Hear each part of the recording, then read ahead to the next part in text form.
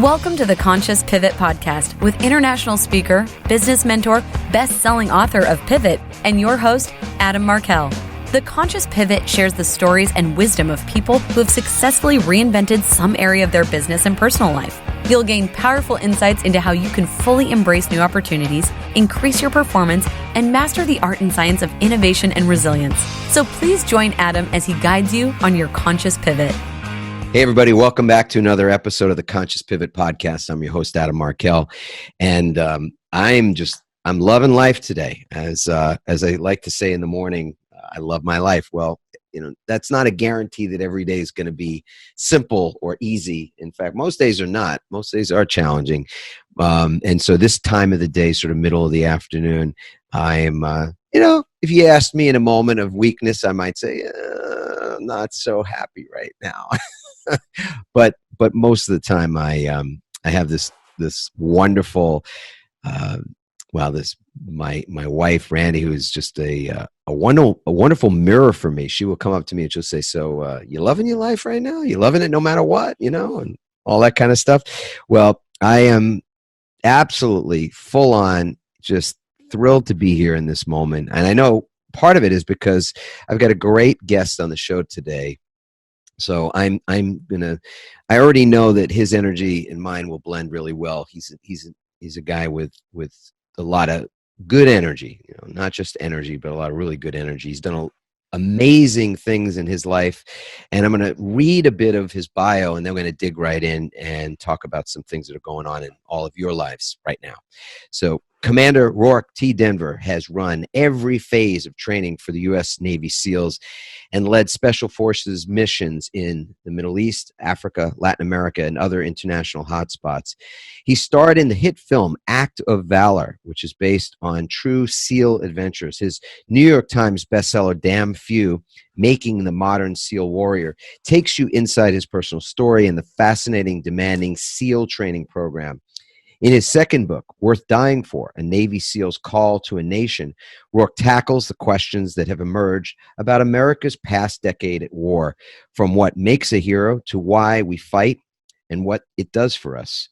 Rorke was most recently seen on Fox's American Grit.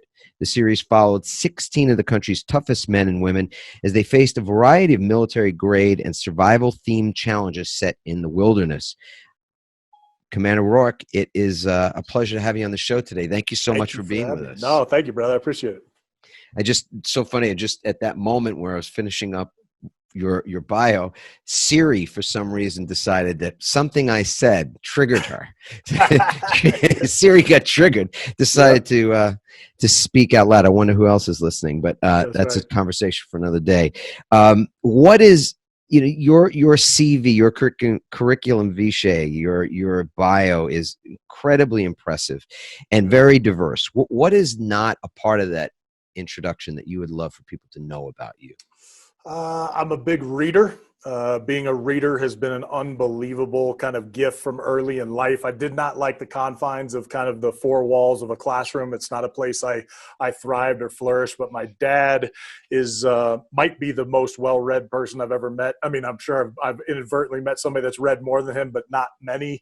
And if you have and committed as much of that to memory as he has, you're an impressive human being. But he instilled that in my brother and I. And so being a big reader, I think has led to thinking. I think it's led to a framework of the way I looked at every adventure I kind of went into, because I could connect it to, historical readings and even the, fictional characters that would motivate and inspire. And so being a big reader is probably not something I highlighted as much in that, but that and being, just a tremendously devoted husband, father, family, that's definitely the base of my pyramid. And yeah, those things are hugely important as well.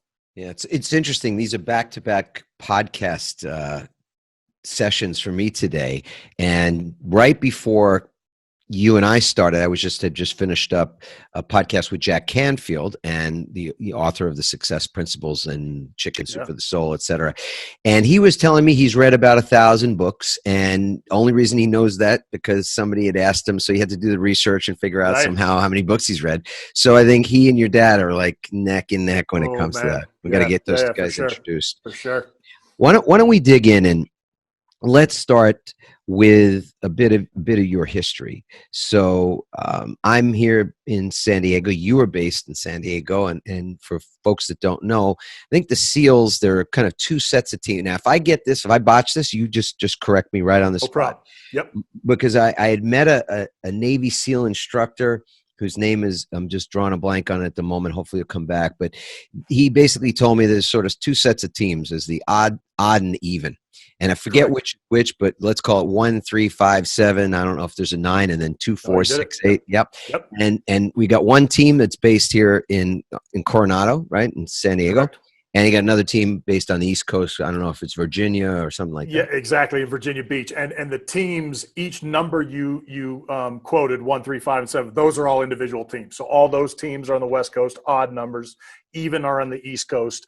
And those are the two primary centers of gravity. And San Diego has a lot of extra, I guess, intensity based on our basic course. So BUDS, the course that you would see if you're on the beach in Coronado or staying at the Hotel Del, those crazy buggers running up and down the beach with boats on their head. That's where our basic course is, to include our admiral and our senior leadership are housed there as well. So the West Coast has a real power base. The East Coast, equal number of teams, then also has SEAL Team 6, which is like our all-star team that's made tremendous headlines. And then the rest of the leadership is spread out through, as you can imagine, the Pentagon, D.C. area. Special Operations Command is down in Florida. So those are the major spots you're going to find yourself if you're a SEAL. Yeah. This show is about conscious pivots, and I wrote a book called Pivot on that topic. So I would imagine as a SEAL, you know a little thing or two about pivoting. So just for I don't know, my own curiosity, and I hope other people would feel the same way. I'd love it if you had a pivot story you're permitted to tell. I hadn't talked about this beforehand, but if there is some great sort of delineation or an example of what pivoting looked like in the SEALs, or even what your definition of that is, and relate it back to a story from those days in your career. There's a couple pivots I can think of that relate to kind of the SEAL experience for me, and then I can think of one pretty major, within my time in the SEAL teams. I'd say the first pivot I'd tell you about, which is sort of a strange, dotted line over to my kind of life experience. But I grew up in the Bay Area, California.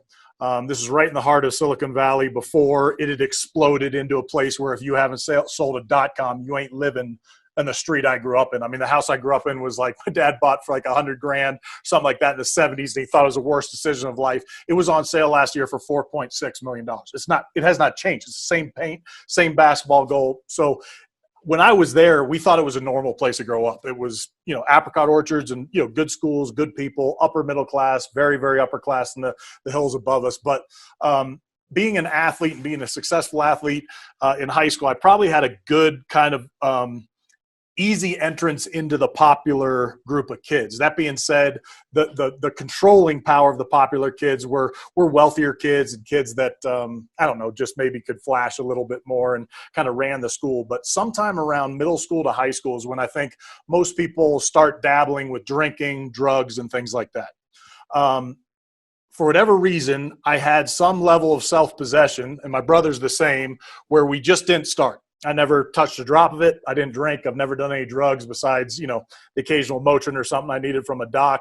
And that choice to not drink was just, I think it's one of the true game changers in my life. And I'm not an evangelical about this. Most people can drink just fine. I think it's a great thing to have with a steak, social lubricant. It seems like a healthy thing. End of the day, you have a dark bourbon or something like that. I got nothing against you. I just was aware that it was not the right thing for me. And so that I leave high school, I go to play college sports in a very, very kind of drinking-centric party type sport, did not drink. I go to the SEAL teams. For sure, you're going to have to drink. You were like a lax player, right? A lacrosse. Yeah, exactly. Lacrosse player, which is a big kind of aggressive guys party type sport. And then I end up at the SEAL teams, whereas like back then, pre 9/11, it was just, the hairy-chested, bar drinking, brawling frogman, and you're going to drink there. And I just never have.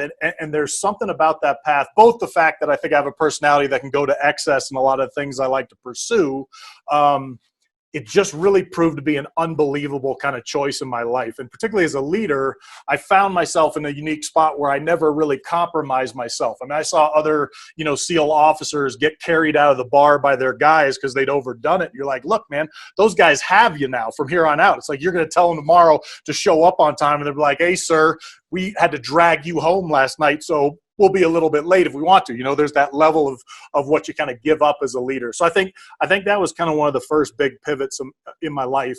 The second big pivot, I think, would be deciding to serve, just deciding to join the military and pursue much more a life path and a passion than a job. I mean, nobody does the Navy as well, somebody probably does the Navy as a job. You don't in the SEAL teams. You go into a program where there's 80% some odd attrition just to get in the front door. You have to be pretty committed, and you and I mentioned earlier, resiliency is something we'll talk about, but those things, it's far greater than any job. So those are two big pivots that kind of started, probably your and my conversation right here. I'd say a pivot within the SEAL teams is you have a career progression that most folks serving the military are going to follow. Whether you're enlisted, officer, whatever it is, there's a career path, a line that you're going to basically follow, or a course you're going to chart through your career. You can control some part of it, a whole lot of it you can't control. What I figured out very, very early is just work your tail off to the point that no matter where you show up, you're going to be of such high value that they're keeping you or going to promote you to the next round. But in the SEAL teams, you go there to be a warfighter. I mean, that's why you're joining that organization. Nobody's going to that organization to learn a particular skill craft, or, if I do this, I'll become a United pilot later. And I'm not saying that's why jet pilots do it, but there's not a real, okay, we did this, now here's a perfect one-for-one exchange in your next life. And you kind of want to go see the bear. You want to go put yourself in harm's way and, put your hand up when it says, hey, here's the harshest mission, the worst dragon we got to go slay. You guys are going to go. And the funny thing is, my first 3 years in the SEAL teams, about 2.5, 3 years, was pre 9/11. And all the guys that were in the SEAL teams, even with full career, 30 years career, had really not done anything for real on the battlefield. They had not gone to war because there wasn't a war. If you were in Vietnam, a couple little incursions, Grenada, Panama, maybe some of the events happening in Bosnia and some of those spots, but there weren't open engagement. Folks that had really done this massive pursuit in their life never got to actually see the job they came to do. My peer group, my age class, was thrust into now the longest standing war this country's ever seen. And that was just a tremendous pivot. It was going from the preparation for all the work you need to do to be ready to go do that job, to doing that job, the lessons that come out of that, the heartbreak that comes out of that, the passion that goes into that, the commitment to it, and the peaks and valleys of that adventure are otherworldly. So I'd say that the dividing line is when open kind of conflict on multiple fronts took place, and what that meant to those of us that served in that window and those that continue to serve, that it's just a completely different world for a warrior when you're at war. Yeah, indeed. And you cover this in 2 books, is that right? I do. Yeah. What was the inspiration to write the books? And that in and of itself is a major pivot. I mean, think about going from the work you were doing to authorship. Yeah, Yeah, go ahead. Yeah, no, I was just going to say, not the easiest thing in the world to transition from one to the other. Yeah, it's it was a pivot for sure. And I was early in the SEAL books. I mean, besides Marcus Luttrell's book, maybe Chris Kyle, who's a sniper on my team, not my specific assault team, but at the same team with me on the West Coast, and maybe one other in the modern era book. So I was in that first, few rounds of books. I think all of us wrestle with a little bit the kind of dichotomy of one of our real monikers is the quiet professional, and then now we're out talking about some of those things we learned. My books, if you read them, are very much more higher ideals as opposed to chest thumping, this is what I did, and look at this amazing event. It's much more these higher ideals that are important to me, and those things I learned and gleaned from my time on the battlefield, off the battlefield, running training. But as I described earlier, I was a huge reader, and frankly, reading a book, an autobiography by Winston Churchill, my senior year of college is the reason I walked into a recruiter's office. It's what was the catalyst. And I don't think you'd have a hard time finding a lot of people that read something that proved as a pivot or a spark into some other thing they're going to do in their life. And so there was a component where I've always been much more a literature and art guy as opposed to a math and science. And I like to write, that when I had an opportunity, a point where I felt like there was something to say, that committing it on paper would be a good thing. And I figured if it proved as a spark or a fire for somebody else to serve, and I've lost count of the number of young Lions that have reached out to me like, hey, I read your book, I'm going to the military, I want to serve. And that's a gift. And I also think some of the things we learned on the battlefield are so unique to kind of our global experience that if we completely circle the wagons and don't talk about them, we're losing a tremendous amount of information that would be of value to our culture, our leadership, our country. Yeah, indeed. Yeah. So let's talk about the time that we're in right now, because we are certainly in pivot times. I mean, things have really kind of caught a lot of people off guard. And what I'd love is to the extent it's even possible for people to imagine this, I want them to imagine, if their mission was as critical as many of the missions that were so critical to our country that you were involved in, and the mindset of somebody that's going into something that is mission critical. How would you take care of yourself? How would you show up? How would you create resilience in the face of threat? Because there are people who are under threat right now. And I don't mean just physical, in terms of their health, but financially, in terms of their business, in terms of their livelihood, in terms of taking care of their families. For sure. So I think there's draw the parallel there. I'd be thrilled to help people get a little bit of a sort of a Navy SEAL recipe for resilience, if you will, in the kind of mission critical times we're living in right this moment. Yeah. No, I get it. I think it makes me think of two things. I think it makes me think of the work you do before things get hard and the work you'll do after.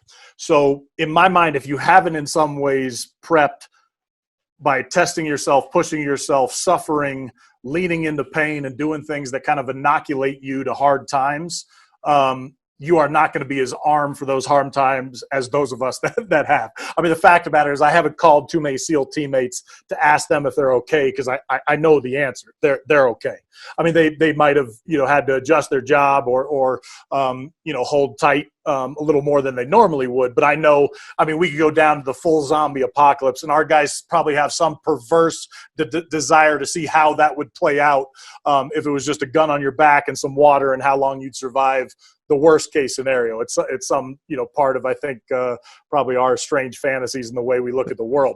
But consequently, since we've gone through these very, very difficult times, when difficult times hit, I think we're really armed for that fight. So I'm an introvert. I do a lot of speaking, a lot of big stage events, and I love to interact with folks and talk. But at my core, I'm highly introverted, which I'm sure you've done a lot of research, and you know these kind of personality traits well. And it's not so much that it makes me shy or anything. It just means when I do a lot of talking, a lot of those things, then I need to shut down and be very quiet and insular, do some reading, go fishing, get out in the woods.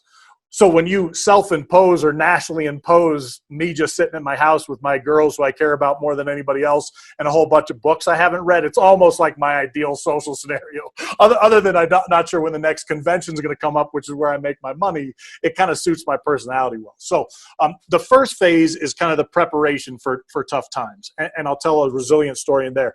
The other thing I'll say to your listeners who maybe haven't done that work or just have not had a crucible hit their life, and this is by far the greatest they'll ever see, what I would offer to them is it is also a gift. It's a gift to go through tough times, because it 100% we're going to come out of it. We know we have that as a country, as a race, as a species. We're going to come out of this. And unbelievable respect to those that won't and those whose family members that won't. I can't tell you how much I understand that. I stopped counting at 40 funerals, and I've seen double or triple that in my time in the military. So I know about loss and that hardship. But tough times are a gift because we get tremendous lessons out of them. You pull resilience and toughness moving forward from them. And I think in many ways it's one of those, when you come out the back end, if this was the first hard thing that hit you, particularly for young folks, it's going to be good for you because you're going to come out of this thing, and when the next lump or the next hit comes, you're going to be more prepared for it. So I think there's always a gift in hardship. When it comes to resilience in the SEAL teams, when I ran the course of instruction, one of the things I coined this phrase that I think was one of my greatest understandings of how we build resilience, and it's this concept that I call random acts of instructor violence. Random acts of instructor violence. So your buddy that you talked to that was a SEAL instructor, these are some of the scariest. Team One. I think that's Team One. was his Yeah, Team One. there it is. Yeah. So he went to Team One, which is a West Coast team. Mm-hmm. So these are scary, scary humans as you're going through the training. I mean, if you're made for the training, you love it, but they're still sinister. They rule your life. They can hang in the balance, your fitness, your health, your well-being, and your future. So they're pretty much all powerful. But SEAL training's hard no matter what you do. Every single day it's hard. But if you're performing at a high level, it won't be as hard. And if you screw up as a class, you can imagine it gets a whole lot harder. So as instructors, at the end of every day, one of our instructors would talk to a class. Let's say there's 100 guys that are in the class at this point. We say, hey, if I were talking to you, I'd be like, hey, tomorrow you're going to be on the pool deck at 6 a.m. sharp. You're going to be in perfect ranks, standing in perfect lines and ranks. You're going to have your fins in front of you. You're going to have your dive mask on top of your fins. And you're going to have a razor sharp dive knife on your hip belt. Do you have any questions? No? Okay, beat it. And off they go for their night to prepare for the next day. If we, the instructors, show up at, let's say, 5:50, or let's say we show up late. Let's say we show up at like 6:05. And the class, who we said should have been done what we asked them to do at 6, is still fumbling around with their gear, trying to get in line, trying to get themselves squared away 5 minutes after we told them to be there. You can imagine what that day of training is going to be like. You might as well just pack your bags. We're going to beat you mercilessly until somebody quits or multiple people quit. It's going to be Armageddon because you failed to meet the standard we set for you. But every once in a while, we'll show up as instructors at like 5:55, 5 minutes early. And they will already be in perfect ranks. I mean, they were there clearly a half hour before that. They did what we asked them to do. Laser-like ranks, fins in front of them, dive mask on top, razor blades for knives. And they'll have a little bit of a grin on their face because we walk in and they'll be like, yeah, we did it right. And we'll beat them worse than the day they showed up late. And what will happen is inevitably 2 or 3 will be like, this is unfair. This is total BS. I'm out of here. And they'll quit. And for those that stay, we'll be like, hey, the reason you're going to do right by this job is what you're going to recognize is the acts of violence on the actual battlefield, they are random. And while they can feel personal, they're not. It's just the way that construct unfolds. So if you're not the type of person that can do everything right and have it go horrifically wrong and be fine with that and come back fighting the next day, you're not long for this job. It's not for you. So those random acts of instructor violence, I think, are one of the true secrets of our training compound, our training kind of methodology, that you can do everything perfectly right and it can go catastrophically wrong. That's what you're going to see in the balance. It's what we're seeing right now. I don't think anybody did anything wrong for the current event. I think people will armchair quarterback that we could have been prepared. We didn't know it was coming. Nobody knows when it's coming and how much you do to prepare for things like this. You just got to take action and keep working the problem when it happens. But those are kind of a couple resilience concepts I have for the current events, I guess. Yeah, that just the idea. I'm taking that in myself because, from the time that we're really, really young, a lot of people are programmed to see mistakes as the thing you have to avoid. Mm-hmm. And that somehow there's this, even maybe an assumption that if you just avoid mistakes, that things will work out. That you get a chance of, let's say, not having it go horribly wrong if you could just figure out how to make the fewest mistakes possible. And what I think is really sinister, diabolical, but incredibly valuable about what you just described is the fact that you could plan your life to the nth degree, plan your business, plan everything out to the nth degree, and do everything according to the books and by the numbers, and the shit will still hit the fan at times. And what'll really often at the worst time. Yeah, imagine the worst possible time, and for you to be able to be the eye of the storm. I mean, that to be the calm in the middle of a storm is incredibly valuable. So maybe let's talk about that for just a second, because the value of being able to think clearly, be alert, and what it takes to be alert while other people are losing their freaking minds all around you is a very important skill in the work that you used to do, and it's a hugely important skill in business for sure right now. Yeah. Can you think of a time where that was tested more than more than normal, let's say? Yeah.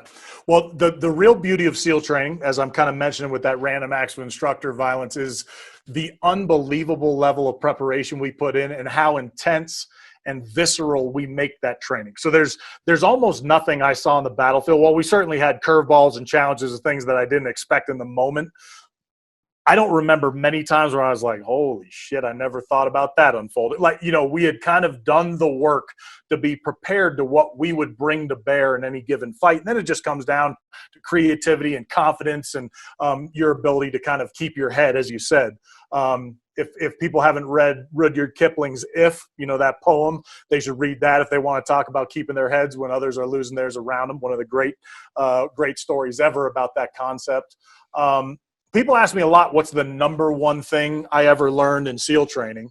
And this is often like a young man that wants to learn some, fighting tactic or a way to kill somebody with a spoon or something like that, which I can actually talk to, but is not the number one thing I learned. The number one thing I learned was from a master chief right before we graduated from the basic course of instruction. So a SEAL master chief is the senior ranking enlisted person in the United States Navy. You can go no further. And at a basic training command, they are like all powerful. And I remember we were planning for a practice mission, and we're behind in our timeline. The instructors know that. So like I was saying on that pool deck with the random acts of instructor violence, we're going to get beaten horribly for being behind. And the senior officer in the class is running around knowing we're behind, just screaming like the Tasmanian devil, trying to get us caught up the timeline. And this master chief walked out. He could kind of see the panic and chaos unfolding. He called all the officers over. And I'll truncate the story so we can talk about more things. But he basically, in the end, gave us all this advice. But he's like, let me tell you one of the best things I ever learned from a master chief from Vietnam that shared this with me. And he said, calm is contagious. Calm is contagious. Mm. And I mean, he told me that in that moment. This is 23 years ago now, 22 years ago now.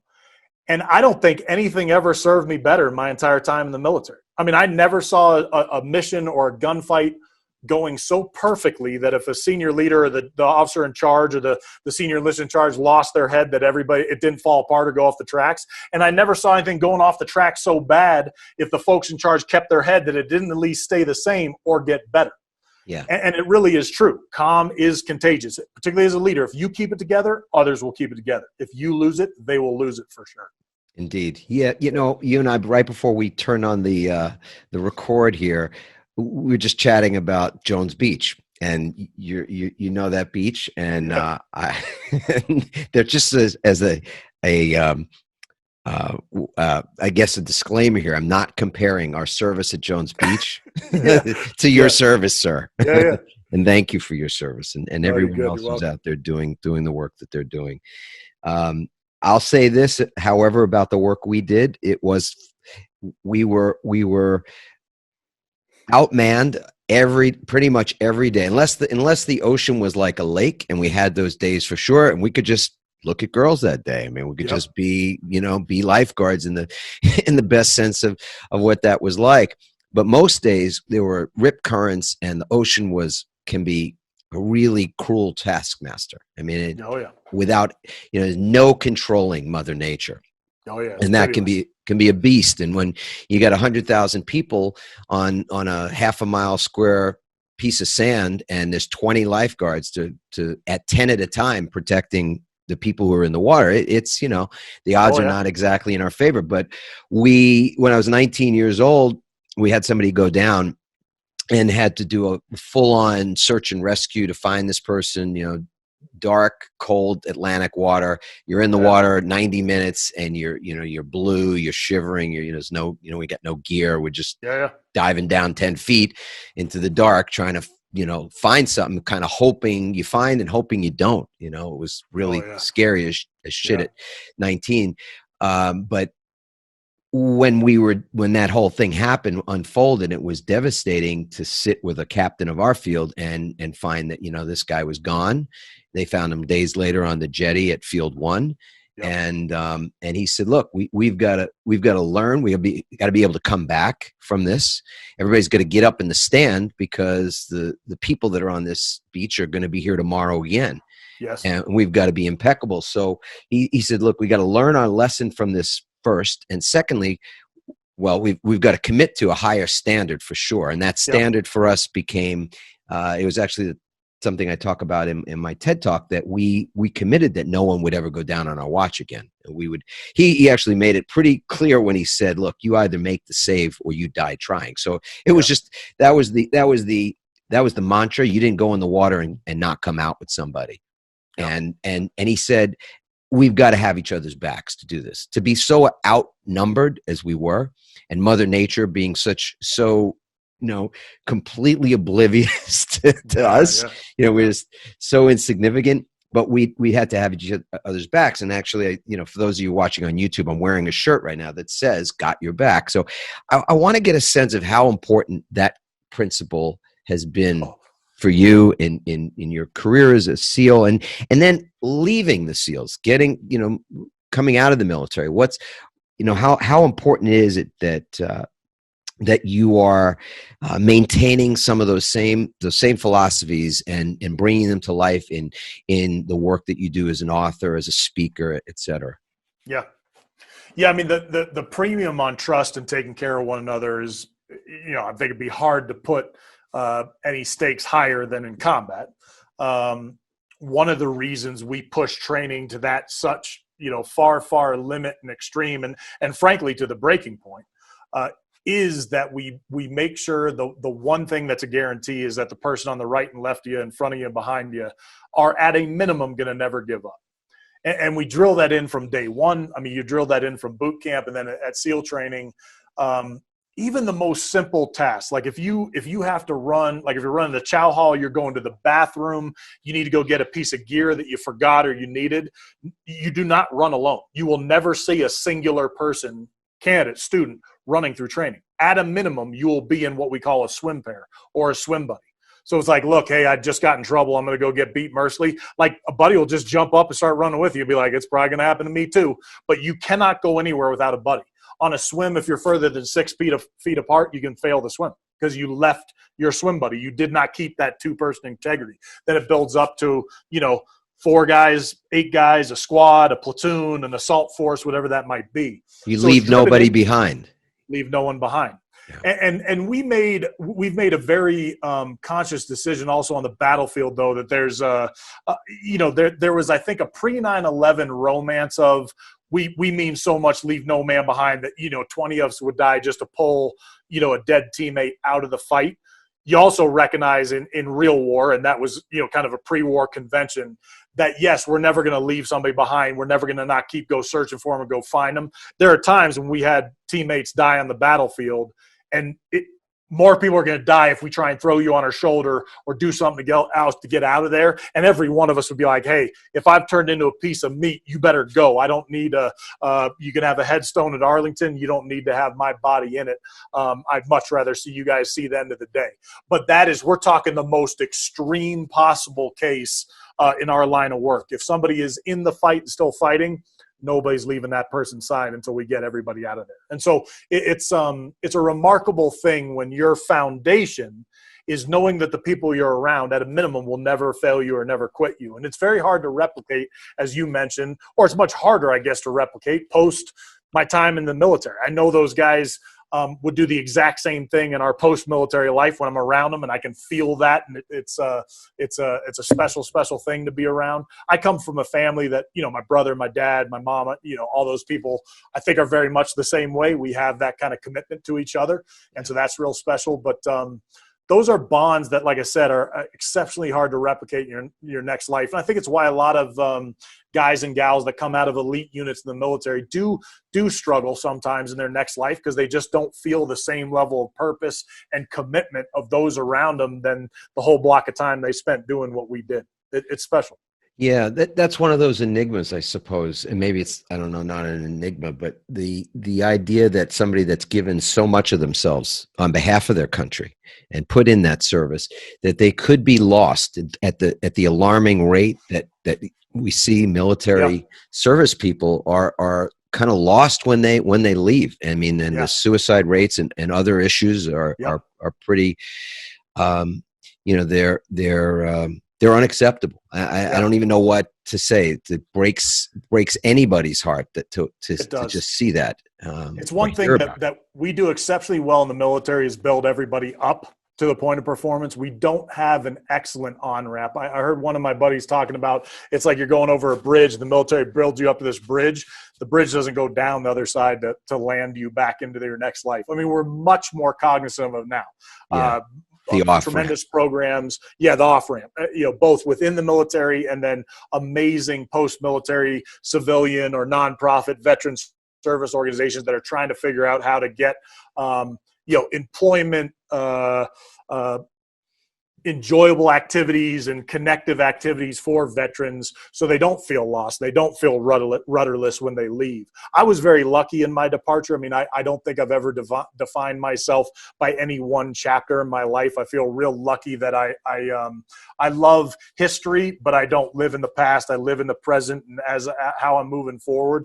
And so I'm just as excited about what's coming next as what I've done up to this point. So I think my personality was made to kind of do that transition, but I'd be lying if I said I don't miss being around those guys. And I mean, Sure. I'm real purposeful every year to pick a surf trip out your window and hunting trip with buddies and spots where we can get together and really reconnect and, have those unbelievable kind of campfires of catching up on our times and tell a bunch of lies and spend time together.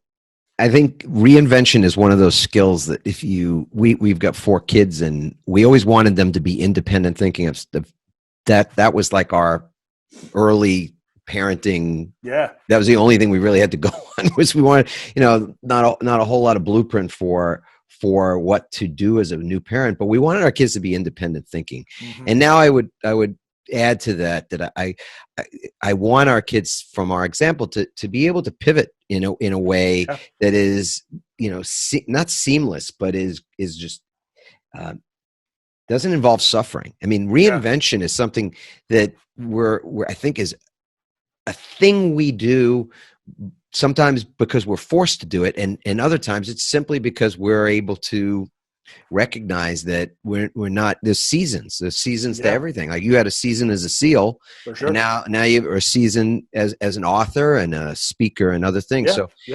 And it also sounds to me like resilience, as you were defining it, is something that you create before you need it. That's part of that preparation, right? You got prepared to be resilient before the shit would hit the fan.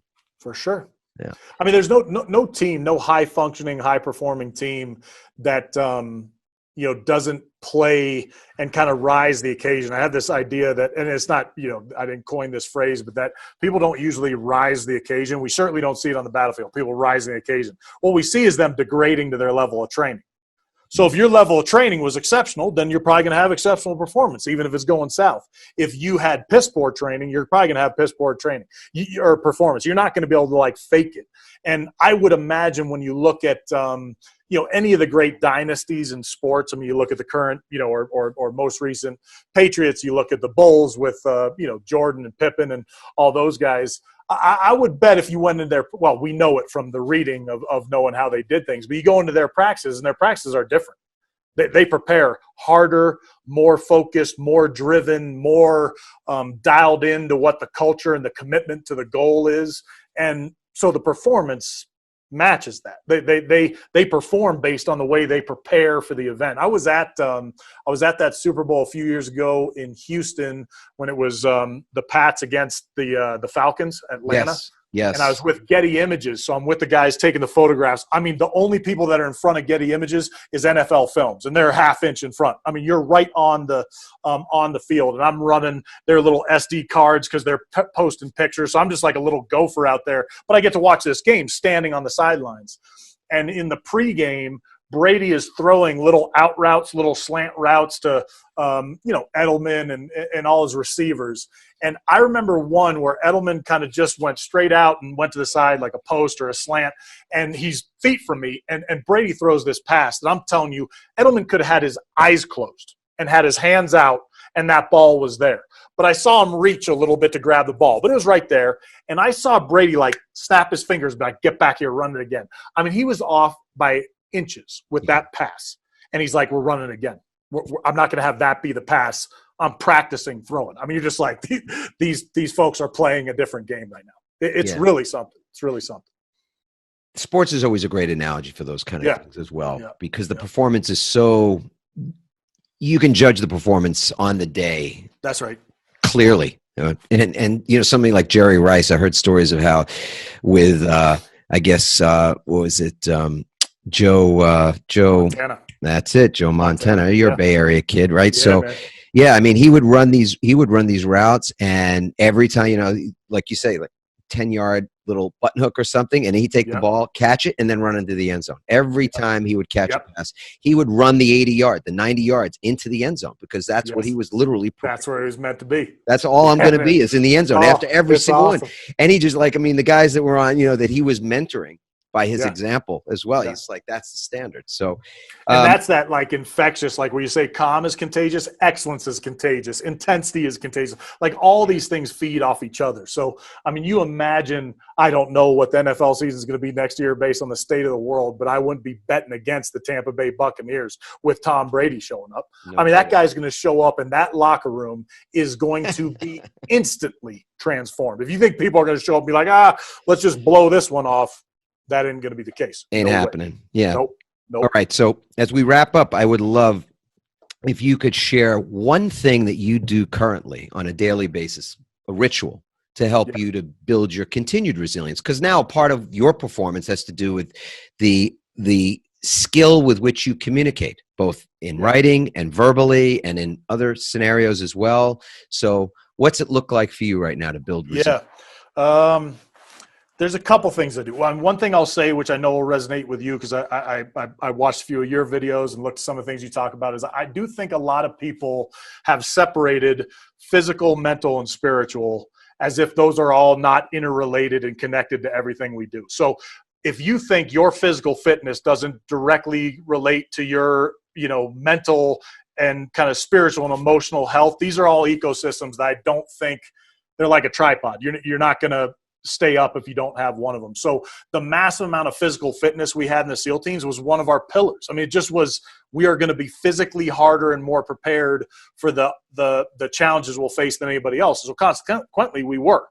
I'm in nowhere near the same shape I was when I was a 26-year-old snake eater in the SEAL teams, but like some workout, some athletic push every day, maybe one day off a week, I think is vitally important. And I can tell if I'm not getting, cardio exercise, picking heavy things up off the ground and putting them over my head or some type of workout in, I'm much worse for it. So I think the physical, connecting your mental is hugely, hugely important. The third part of that tripod is the spiritual. If that's religion, if that's yoga, if that's meditation, you pick it. I'm not going to trouble anybody about that choice. But those three things, mental, studying, preparing yourself, physical, working out and pushing yourself, and then that spiritual side, I think those three things, keeping omnipresent in your mind, are what make the highest performing people for sure. And I've got a buddy, you should if you'd be willing to interview him at some point, a guy by the name of Warren Rustad. He's a phenomenal thinker, very successful businessman. He does a lot of work with entrepreneurs, Warren Rustad, and I'll send you his contact info.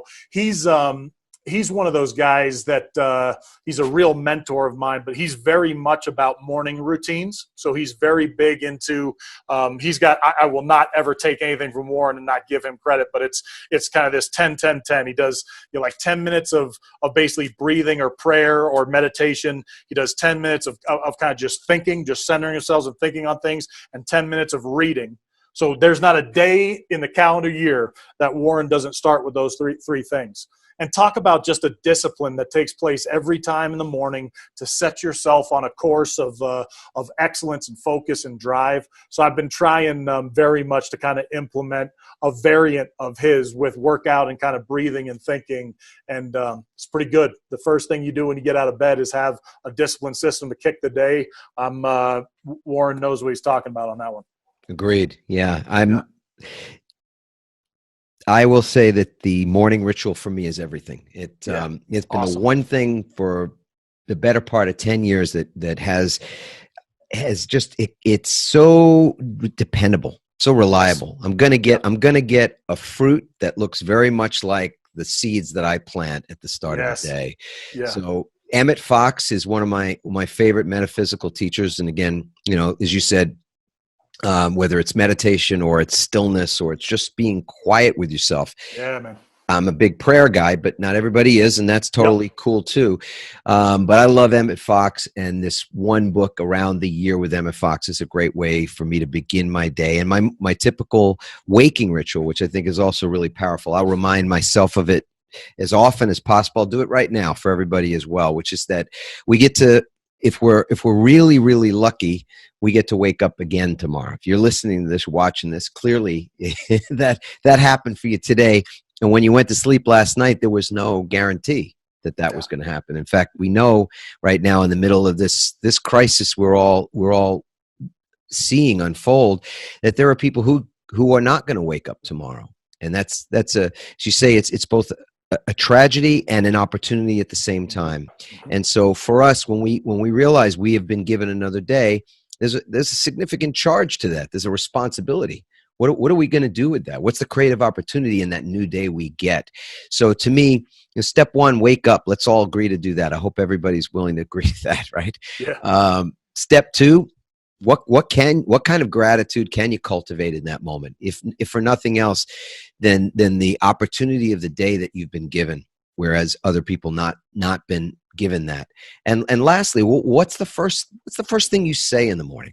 What are the first words you say, either to yourself inside your mind in that cavern, or the things you actually come out of your mouth? So mine are these 4 simple words: I love my life. Those are the words. I don't even have to think hard about asking you this. Do you love your life? Oh man, it's just I can't believe it's happening. I mean, it's just been every turn's been a gift, and the hardest parts have been the best parts. The easiest parts have probably been the only boring windows of time, but I still pulled something out of this. It's just an adventure. It's all a gift. I agree totally. And yeah, you're talking about reinvention early. I think it is so key. I think my dad and I were talking about this recently, and he had a case he was a trial attorney for many, many years, but he had a case that was about this guy that made ice skates. He was basically the best. He's an Italian ice skate maker, but he was the best ice skate maker in the world. The lawsuit, it was funny. It was about somebody's feet hurt, and he was getting sued literally for not making the right ice skates. And I got to share this because my dad will love it. I guess he's on the stand at some point, and the opposing counsel, the opposing attorneys, grilling him about, now how do you measure the foot, and how do you do this? And he's just shows, I just trace the foot on a piece of paper, and then I look at the foot and I can make it. And I guess the guy's giving him an egregious time about, like, well, is that the proper way to measure a foot? And I guess he says, well, I'm a Noah Jesus of Christ, but I'm a pretty good. And so, he's just one of those guys that knew it. I guess his grandfather was like a boot maker. His father was a boot maker. He's this boot maker. I think those people that have that singular desire in their life, there's some part of me that's a little jealous. Like, if you just knew this is the one thing, exactly. The one thing, I'm like, man, if I could just bake bread, that'd be cool. But I don't think most of us are that. I know I'm not that. So your dad was a trial attorney for a lot of years. Was that his one thing? I would say so. I mean, it's perfect for the personality described. He's very disciplined. He's very fit. He's very focused. His brain retains information like nobody I've almost ever seen. So, I mean, going through documents and finding those key points and critical nodes of ideas was probably like reading a Dick and Jane book for him. And then he's just a beautiful, beautiful speaker and a powerful, present guy. So I think the trial room was truly his arena. as a reader. Beautiful. And then I got the benefit of it as the the doting son and understanding and learning from him. Yeah. Pretty good. It's good to be able to speak so highly of your dad, of a parent, and I'm blessed that my dad is still around. My mom and dad both. Just talked to him last night. He was a participant. He was on our resilience-a-thon over the weekend. He was telling me he loved this guy Dawson Church, who was talking, leading through meditation, and we had some other folks on. But really, when you grow up in a household where lifelong learning is valued, then I think you get even a greater shot at the kind of, like you say, the pivots, the reinventions along the way. They take humility, and we've got to be students. If we can do that, I think there's nothing that we're not capable of. And I really appreciate your time today. This was a great talk. I enjoyed it. Yeah, thank you. Wonderful. So, folks, please go ahead. We love your feedback, and feedback. We know how important feedback is in the military, and it's so important to all of us in business. And this show survives and thrives really on the comments that we get from all of you. So, adammarkel.com/podcast. You can leave a comment there. You can subscribe, of course, or leave a review on iTunes or Stitcher, any of that stuff. And I would love it if you'd all just think about how it is you're gonna create the first moment of the day when you wake up tomorrow. What's that one thing that you want to cultivate in your mind? What's that one thing you might even say? But for now, anyway, I'll just say ciao. And this has been wonderful, Commander. Thank you so much for your time. Thank you. I appreciate it, brother. Thanks for listening, everyone. We hope you now have the tools and greater insights to navigate your own pivot. Help us inspire others by sharing this episode and leaving your comments over at adammarkel.com/podcasts. For more tips, strategies, and support as you consciously pivot into a new business and lifestyle you love, join our Pivot community on Facebook at pivotfb.com.